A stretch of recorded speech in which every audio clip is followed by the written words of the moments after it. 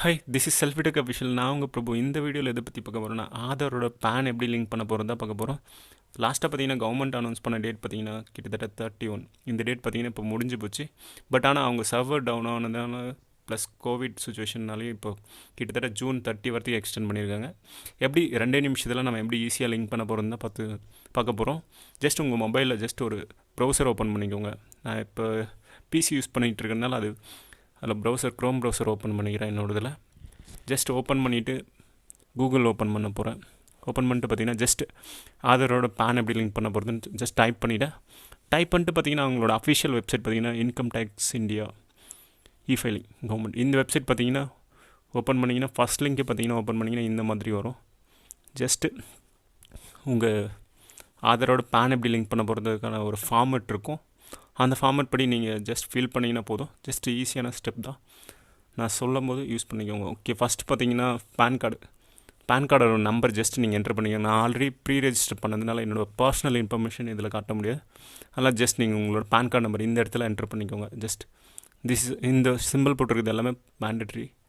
Okay, PAN card number enter பண்ணிக்கோங்க. Enter பண்ணிவிட்டு second one பார்த்தீங்கன்னா ஆதார் நம்பர் உங்கள் செகண்ட் பாக்ஸில் என்ட்ரு பண்ணிக்கோங்க.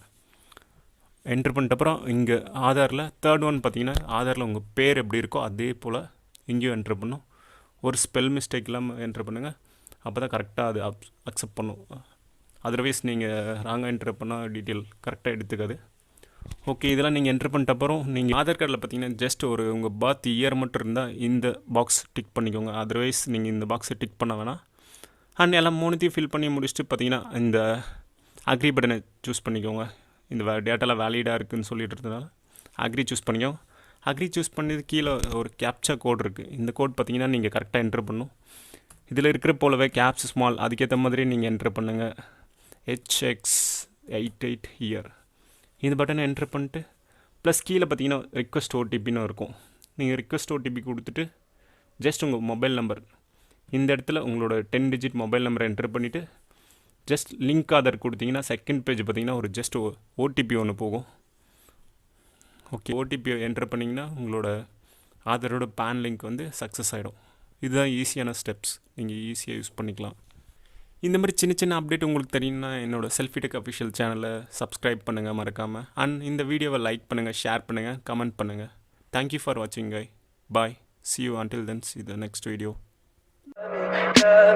Tell me pretty lies, look me in the face. Tell me that you love me, even if it's fake.